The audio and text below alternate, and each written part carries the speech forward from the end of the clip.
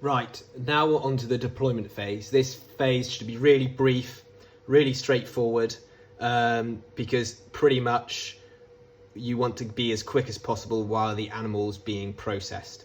So you've calibrated your tag, you have the GPS plugged in, the daily diary logging, and the VHF will be prevented by that magnet. The animal has been selected, darted, is under sedation, or this could be carried out just before. And what we're going to do is you need to make sure the neck width is appropriate.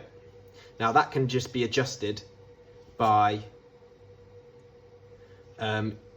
selecting the correct increments that I've left on the side. They're quite big. They're about 2 mil apart. So, but they are set to the mean. And when I say set, the GPS is set to the mean, so it sits on top for the mean neck size of the dogs. But you'll see on the field where that goes and how it needs to be adjusted. A notable difference is for this prototype, I have the increments on the fixated side, which I told you to leave in the first video, but your tags should have the increments on the lid side. So you've bolted in the bolts to be set for the correct width of the neck, so it's going to sit nicely onto the dog's neck with the appropriate finger lengths. And what you're going to do is you're going to fix it so this is front facing. This is subject to change, and if you feel like it sits better like this, that's absolutely fine.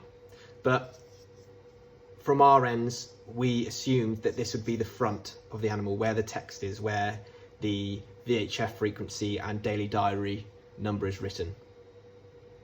The first things first is, it's kept really simple, is get your head underneath the towel. To simulate that, we're just going to switch off the lights. You're going to take off the magnet. That will activate the VHF. The VHF should be logging. And then what you need to do is activate the GPS. You're just going to run your magnet close to the GPS on the top housing, and that should begin the start up for the GPS. And that flashing means it's searching for a satellite. And it can go on the dog. It's worth noting, it's really important to record the appropriate daily diary number for the study animal, so that any confounding variables, be it weight or ear length or any other variables you might be recording or processing, can be linked back to this data.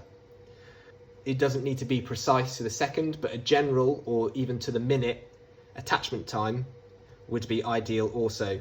The data would then be cropped or chopped either side of that time, be it an hour or two, but still it really helps and speeds up the process to know a general time for that. And that's the deployment phase.